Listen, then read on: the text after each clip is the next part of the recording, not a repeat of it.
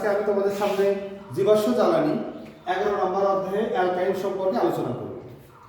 যাই হোক, অ্যালকাইনে আমরা কার্বন কার্বন ত্রিবন্ধন দেখতে পাবো। এটা কিভাবে আমরা সহজে পারি দেখি। সাধারণ সংকেত, অ্যালকাইনের সাধারণ সংকেত CnH2n-2, যেখানে n সমান 2, 3, 4, 5 ইত্যাদি। প্রশ্ন হলো 1 লিখলাম না কেন? 1 এই কারণে লিখলাম না, একটা কার্বন কার্বন দ্বিবন্ধন হতে গেলেও তো দুইটা কার্বন দরকার, এজন্য 1 লেখা চলবে না। 2 নম্বর, শেষ উচ্চারণটা কি হবে? শেষ উচ্চারণ হবে আইন। আইনে কয়টা অক্ষর আছে? 1, 2, 3টা অক্ষর। এখানে কিন্তু 3টি অক্ষর আছে। দেখেন, 3টি অক্ষর থাকার কারণে এখানে কার্বন কার্বন আমরা পাবো ত্রিবন্ধন। আচ্ছা, আমি যেটা 3 নম্বর লাইনে লিখব, কমপক্ষে 2টি কার্বন পরমাণুর মধ্যে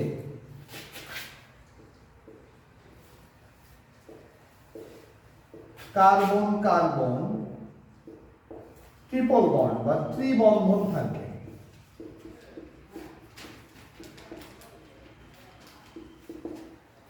আচ্ছা, 4 নম্বর, হাইড্রোজেনের সংখ্যা হবে কার্বনের দ্বিগুণের চেয়ে 2 কম। n = 2 হলে আমরা লিখতে পারবো C2H2 × 2 - 2, অর্থাৎ C2H2। আমরা জানি 2 কার্বন মানে হয় ইথ, আর যেহেতু এটা ট্রিপল বন্ড তাহলে হবে আইন। ইথ যোগ আইন, এর নাম হবে ইথাইন। অনুরূপে 3 কার্বন হলে C3 2 × 3 - 2 C3H4, এর নাম হবে 3 কার্বন মানে প্রো, ত্রিবন্ধন মানে আইন, তাহলে আমরা পাবো প্রোপাইন। n = 4 হলে C4 2 × 4 - 2 C4H6, এর নাম হবে বিউটাইন। তার মানে বিউট যোগ আইন, বিউটাইন। 5 কার্বন হলে নাম হবে পেন্টাইন, 6 কার্বন হলে হেক্সাইন, 7 কার্বন হেপটাইন, 8 কার্বন অক্টাইন, এভাবে পর্যায়ক্রমে নন আইন ডেকাইন হবে। যাই হোক, আমরা এই কাজটা সহজে বোঝার জন্য একটা উদাহরণ নিয়ে আসতে পারি। উদাহরণটা কেমন? আমরা শুরু থেকে তোমাদেরকে যে উদাহরণটা সিলেক্ট করছি, অ্যালকেনের উদাহরণ আমরা বলেছিলাম বিউটেন, অ্যালকিনের বিউটিন, আর আজকের উদাহরণটা বিউটাইন। তোমরা প্রিভিয়াস ডেগুলোতে অ্যালকিন এবং অ্যালকেনের ভিডিওটা দেখলে সহজে বুঝতে পারবে। তো যাই হোক, বিউটাইন, এই বিউটাইন, প্রথমত বিউটাইনে বিউট কথাটা আছে, তাহলে বিউট মানে কয় কার্বন? 4 কার্বন। 1, 2, 3, 4টা কার্বন। ব্র্যাকেটে লিখে দিলাম বিউট মানে 4 কার্বন। বিউট মানে কয় কার্বন? 4 কার্বন। 2 নম্বর, আমরা 3 নম্বরে একটা পয়েন্ট লিখছিলাম যে কমপক্ষে 2টি কার্বন পরমাণুর মধ্যে কার্বন কার্বন ত্রিবন্ধন থাকে। তুমি চাইলে যে কোনো জায়গায় একটা ত্রিবন্ধন দাও, তবে শেষে দিলে সুবিধা হয় কি? বিক্রিয়া করা সহজ হয়। বিক্রিয়ার ক্ষেত্রে ইলেকট্রন আদান প্রদান, হাইড্রোজেন সংযোজন, ব্রোমিন সংযোজন, বিভিন্ন বিক্রিয়া করতে সুবিধা হয়, তাহলে শেষে দিয়ে করলে সুবিধা। যাক, একটা কমপক্ষে কি? কমপক্ষে একটি ত্রিবন্ধন পেলাম আমরা। এবার আমরা কার্বনের অবশিষ্ট যে হাত আছে সেটা পূর্ণ করব। 1, 2, 3, 1, 2, 3, 4টা কার্বন। এর মাঝে তো একটা ত্রিবন্ধন আছে। এখানে দেখো তো একটা হাত আছে, আরো কয়টা লাগবে? 3টা। যে কোনো ভাবে 4টা হাত মিলতে হয়। দুই পাশে 2টা হাত আছে, 2টা। দুই পাশে 4 দাগ মিলে গেছে, আর লাগবে না। এক পাশে 3 দাগ আছে, আর একটা লাগবে। 4 নম্বর পয়েন্ট, আমরা এই হাতগুলোতে হাইড্রোজেন দ্বারা পূর্ণ করব।